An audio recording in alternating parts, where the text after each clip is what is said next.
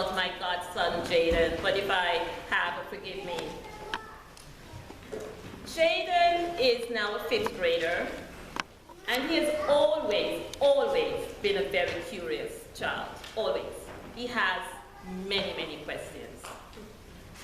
And often, if, we are together, especially since I was ordained, if we're together after Jaden has come home from church or Sunday school, I know I am going to get a question that I probably am going to stammer as I try to answer.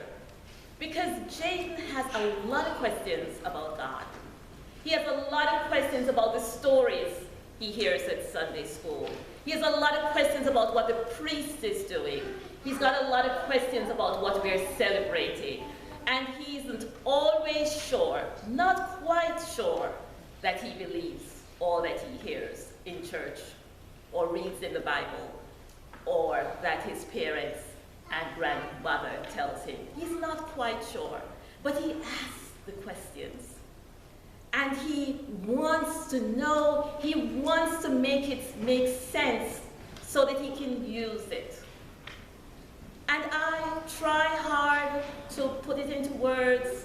And I tell him too that sometimes I really don't know. I don't know the answer. I am accepting it in faith. And I say to him that God is well pleased with your questions. And Jesus set the example of asking questions, because when he was 12 years old, he sat in the temple and he talked to the priests. And I know he was asking them questions and trying to understand the scriptures. I would not call Jaden a doubter. I call him a seeker.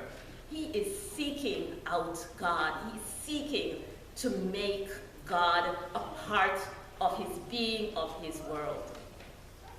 So when I read about Thomas, who has for ages been called Doubting Thomas, I have great sympathy for this man, because I don't think he is so unusual. Imagine this. He is now asked to believe that someone who has been dead for 3 years has been risen. That is not a reasonable thing in our world. We don't expect resurrection. We really should question this. People like Mary, who had gone to the tomb and seen the empty tomb and received a message from angels, they were still perplexed.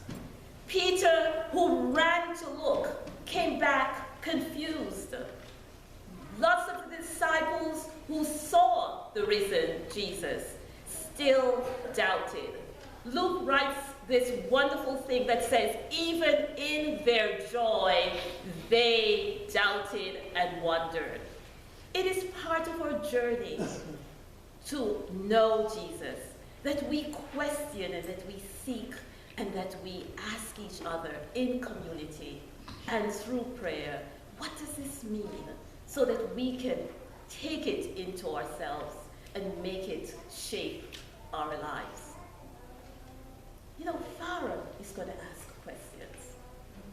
And I pray that as godparents and parents and this whole church community who will soon pledge to support you in helping her on her faith journey, I hope that we will enjoy hearing her questions, that we will encourage her curiosity about God, that we will see her as someone seeking to find God and to make God a part of her life.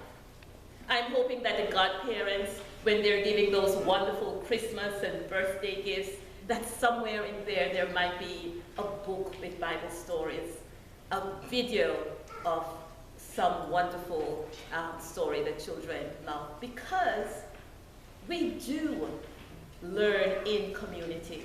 Community helps us by sharing faith stories. But in the end, Farah is going to have to ask her questions. She is going to have to make a relationship, a personal connection with God. And that is what we are here to help support. Thomas was a seeker.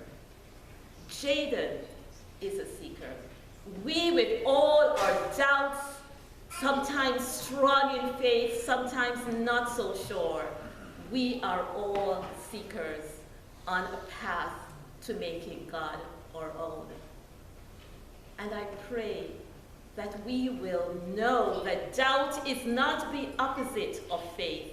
Doubt is actually an important part of growing in faith, and that we will encourage each other to seek God out in our own way and in our own time. Amen. Amen.